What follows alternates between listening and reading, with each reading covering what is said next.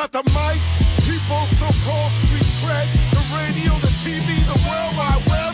But we can't do nothing with what you said. Sounds like somebody's in bed with the feds. Who's on music? How you gonna make music when you take music and abuse it to make my crew sick so nobody else can use it? More than just some non-singing, drug slinging, Hollywood swinging, flip sing. Is it raiding or raping? No more taping, but somebody's still regulating. These love to hate songs, and y'all know that's wrong. Anything for the money, tough guy. BET, MTV, PIC, the MIC, the PIG. Honestly, this policy be killing me. Good for who, good for what? Is your mind, body, soul better from it? Tell me why do y'all love it? Songs meant to send you to prison.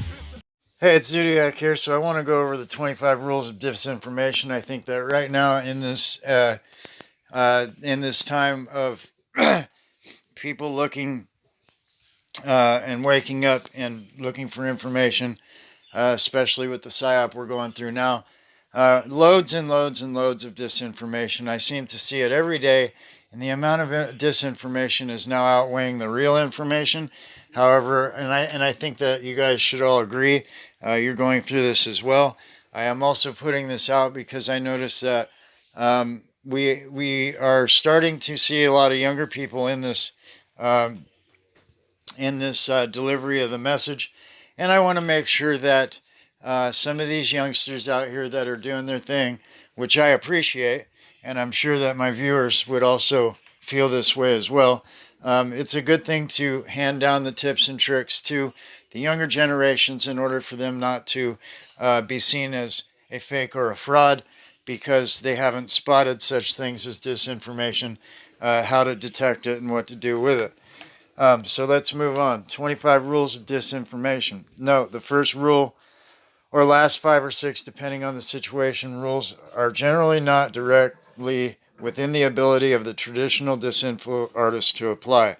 These rules are generally used more directly by those at the leadership, key players, or planning level of the criminal conspiracy or conspiracy to cover up. Number 1 is hear no evil, see no evil, speak no evil. Regardless of what you know, don't discuss it, especially if you're a public figure, news anchor, etc. If it's not reported, it didn't happen, and you never have to deal with the issues.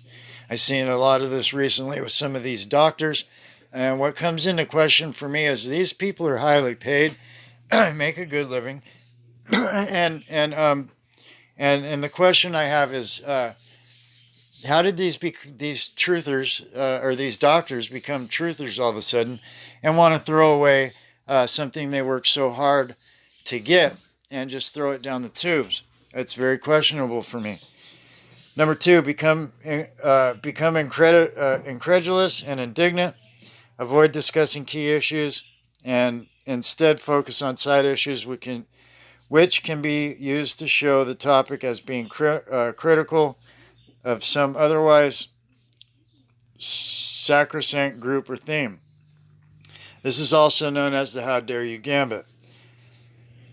Number 3, create rumor mongers. Avoid discussing issues by describing all charges, regardless of venue of evidence, as mere rumors and wild accusations. Other derogatory terms mutually exclusive of truth may work as well.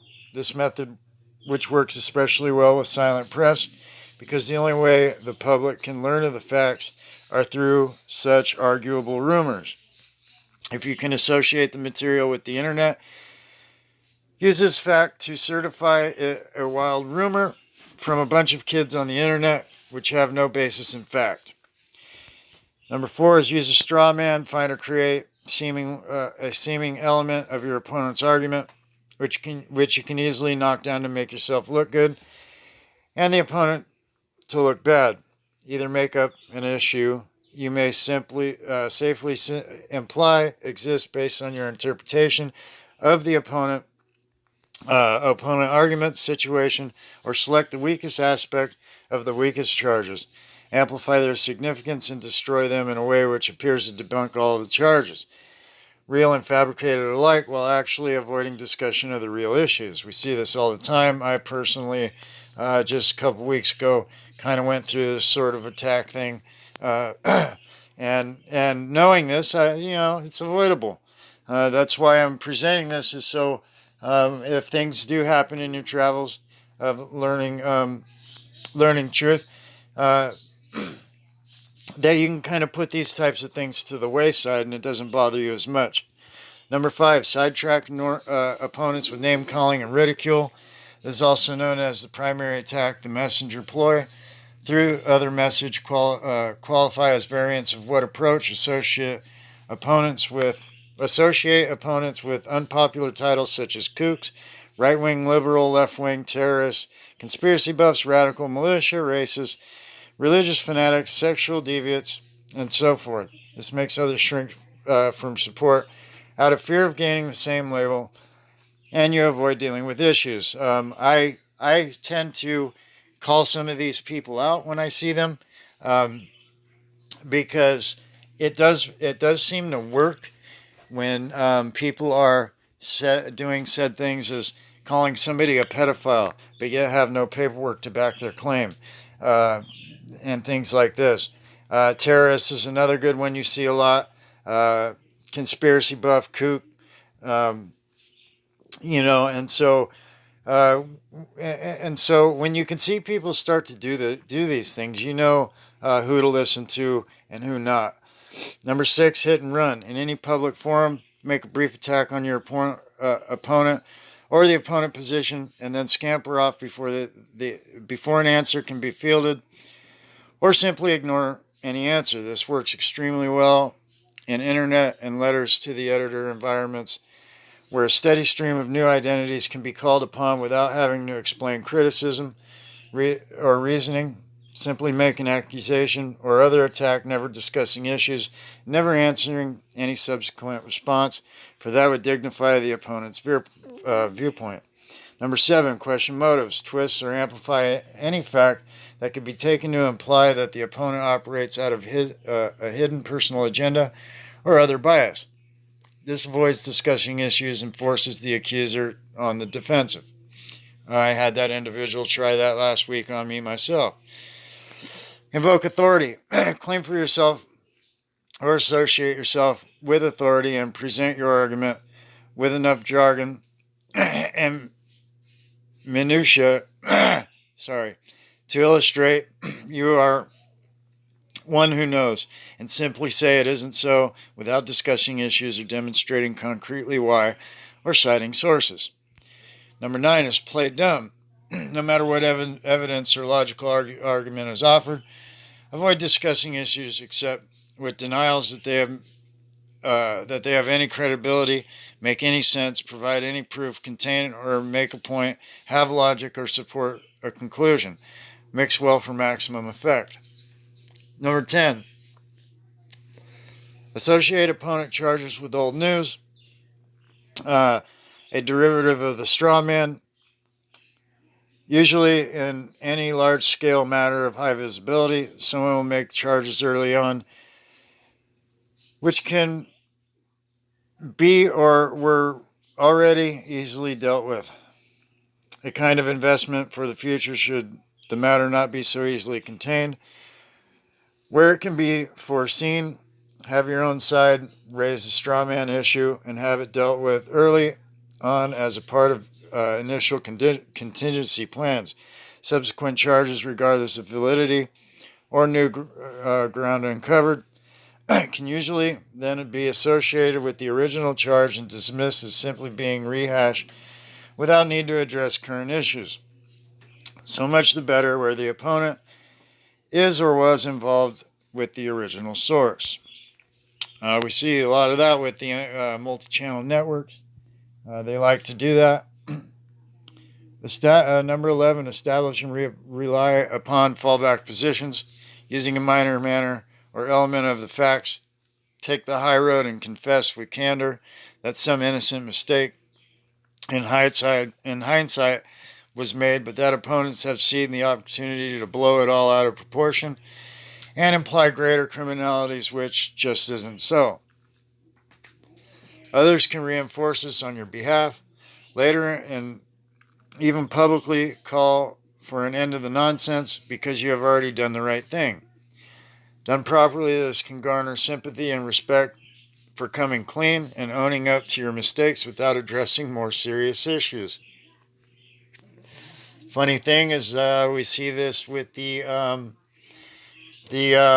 dark side of the YouTube, with the one that Wake Now promoted. You see a lot of that. That's what they did. They owned up to stuff they were being called out on, only to make it look like they were trying to do the right thing. Number 12, enigmas have no solution. Drawing upon the overall umbrella of events surrounding the crime and the multitude of players and events, paint the entire affair as too complex to solve. This causes those otherwise following the matter to begin to lose interest more quickly without having to address the actual issues. Number 13 is Alice in Wonderland logic. Avoid discussion of the issues by reasoning backwards or with an apparent deductive logic which forbears any actual material fact. Number 14, demand complete solutions. Avoid the issues by requiring opponents to solve the crime at hand completely, a ploy which works best with issues qualifying for rule number 10. Remember rule number 10. Let's go back and take a look again. Associate opponent charges with old news. And that's what a lot of people try to do that with me. Tell me that what I'm delivering is old news.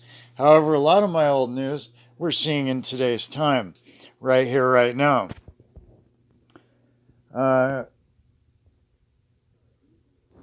Number 15, fit the facts to alternate conclusions. This requires creative thinking unless the crime was planned with contingency conclusions in place.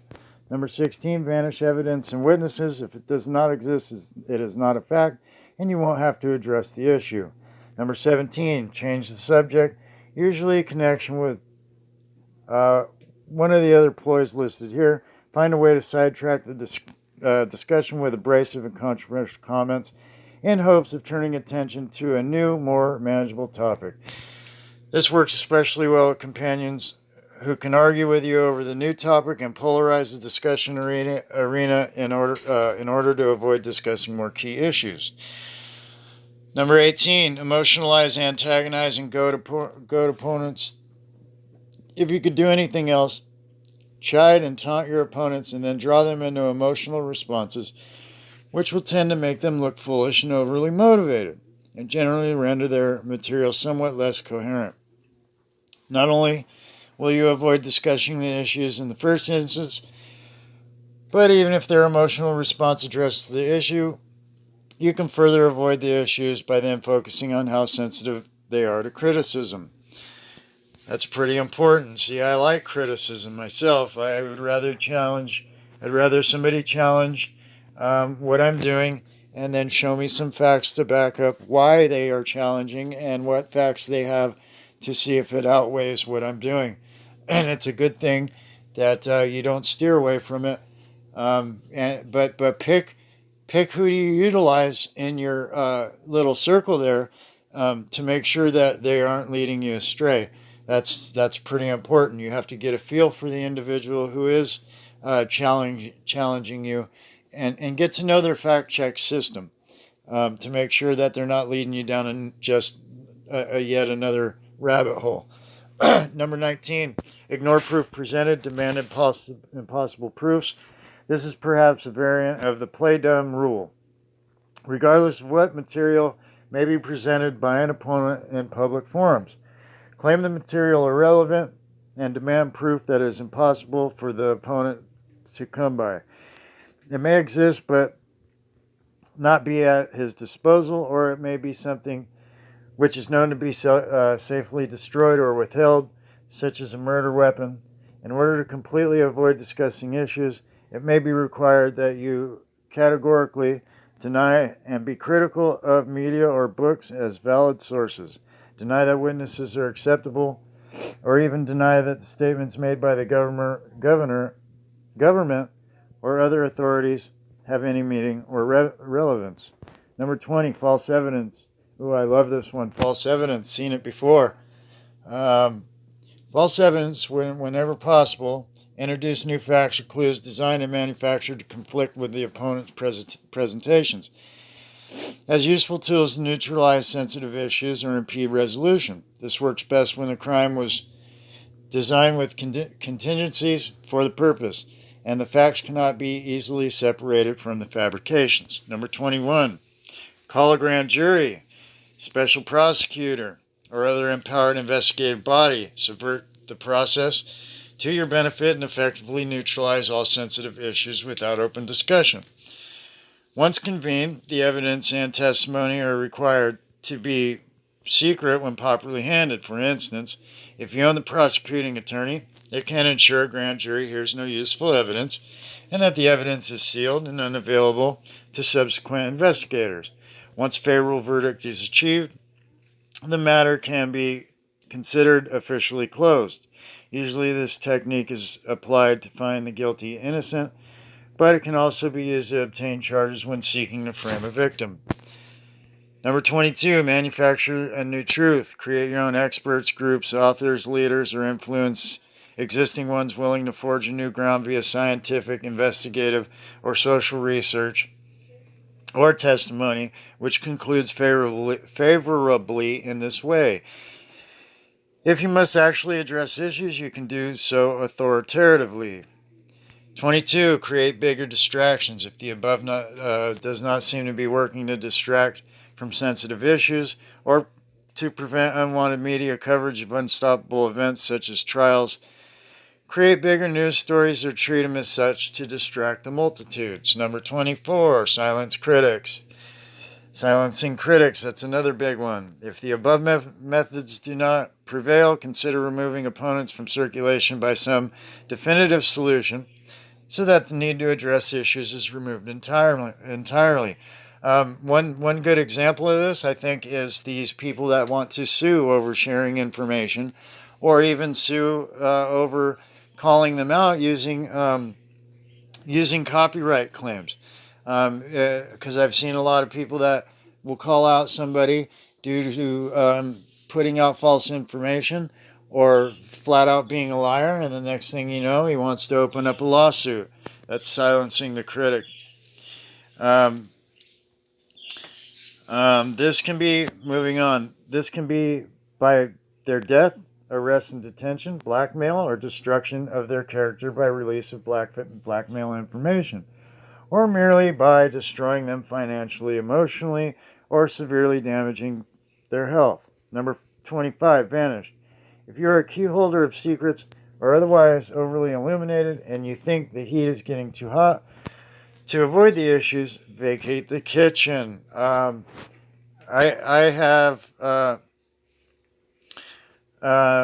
have seen recently somebody do this. I don't want to mention the name, but there are some people out there that have these internet secrets, if you want to call them that, and the internet secret isn't information. The internet secret they have is a plot and plan in order to gain PayPal and Bitcoin money. And it's a big thing, and I think that it's overlooked. But anyway, I thought this was a very good thing to show you guys, just to show pretty much I think that the older ones, the people that are my age, are already privy to this.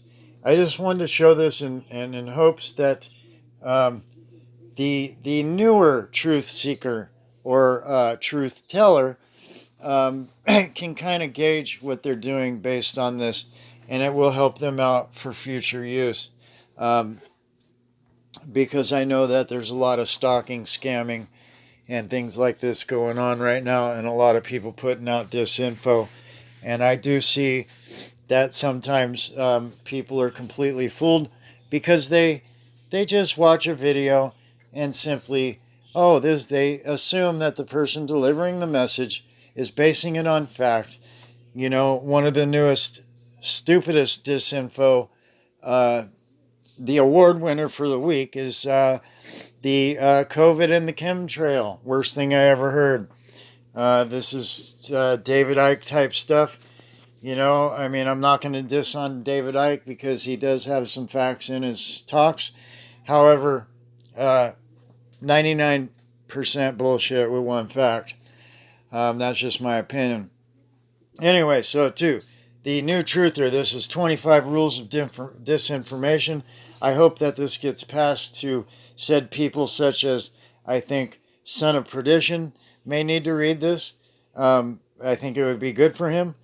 And others as well that maybe I don't off the top of my head know the names of, but I think overall that this is good for anybody to read. And if you read it and understand it, take a look back at it one more time and say a year from now, refresh yourself so that way it's fresh in your head of what the do's and don'ts, what to look for when it comes to disinformation. Hope you enjoyed this video. This is Plato's Zodiac, and I'm out of here. Thanks for watching. Leave your thoughts in the comment section below. I'm out.